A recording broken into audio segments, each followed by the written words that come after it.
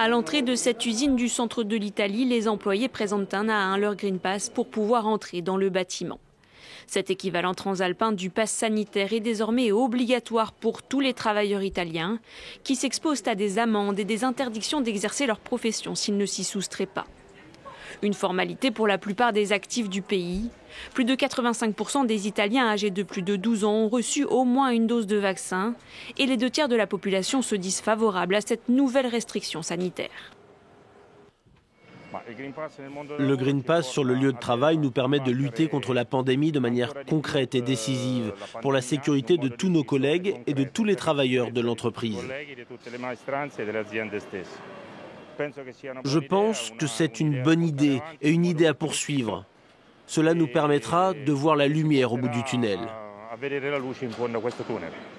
D'autres, comme Claudia, ont choisi de ne pas céder à la demande du gouvernement.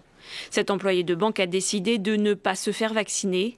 Elle sait qu'elle ne pourra pas retourner à son bureau avant un long moment. Je ne roule pas sur l'or, mais j'ai choisi de voir mon salaire baisser pour pouvoir m'en tenir à mes principes. Plus de 3 millions d'actifs de la péninsule sont concernés et nombre d'entre eux comptent bien manifester contre cette nouvelle restriction sanitaire.